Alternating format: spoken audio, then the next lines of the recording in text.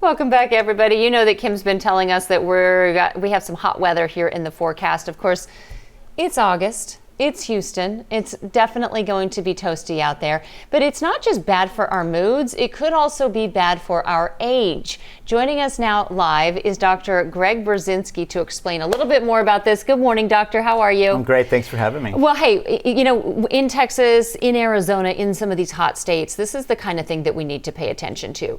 This is starting with a new study that just came out recently saying that for people who are spending a lot of their time in these really hot climates, it could be aging their system faster.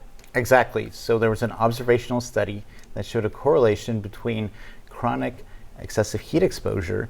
That means people that lived in regions that had over 140 of these high index heat days, defined as 90 degrees or more, were actually aging faster. Okay, now these aren't people who were spending all day inside the air conditioning. These might be people who are working outside or who are not in an air-conditioned environment most of the day, So right? this was all comers generally, but I think there was a mixed group. Okay, so what is happening, and when we say they're aging faster, what does that mean? What could that correlation be between the high heat and the faster aging? Sure. So chronic heat exposure can cause some problems in our body. It adds oxidative stress. It also can impair cellular repair. These are things vital for our body to function well.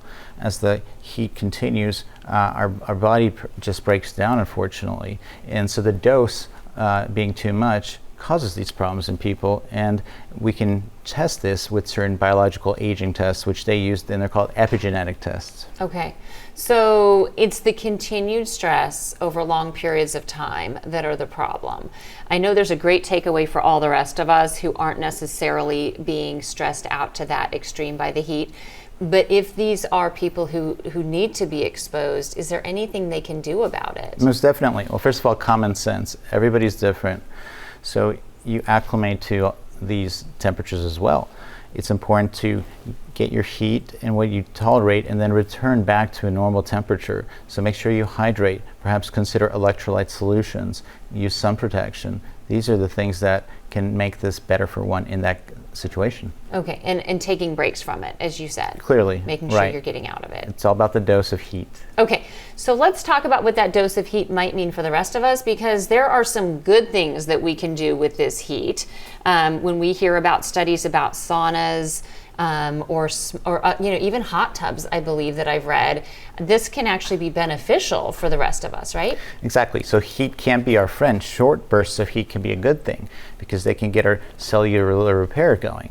It can make us more resilient. We can have better cardiovascular function. So hot yoga, we can do saunas, we can do heated exercises. These are all great things, but we just want to limit the duration and time and then go back and relax, regenerate, so to speak. Okay, and the idea here is that we are adding a small amount of stress to our body for a little bit of time. Exactly. Is this the same idea as the cold plunge? It is. Now it's hot, so okay. It's the same concept of hormesis. Okay, so hot yoga could be better than just regular yoga for us.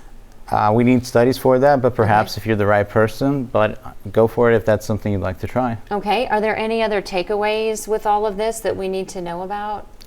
Common sense prevails. Everybody's different on this journey of wellness. So if you'd like to do this, make sure you touch base with your doctor. Make sure that you're doing things that won't get you in trouble, right? Because we want to get the heat, we want to get the cold, but then we want to go back and recover. Recovery is very important here. Okay, so you're a doctor who's really studying the aging process, trying to figure out, I mean, you're the type of doctor hacking these things. How can we live longer? What do you add to your life right now?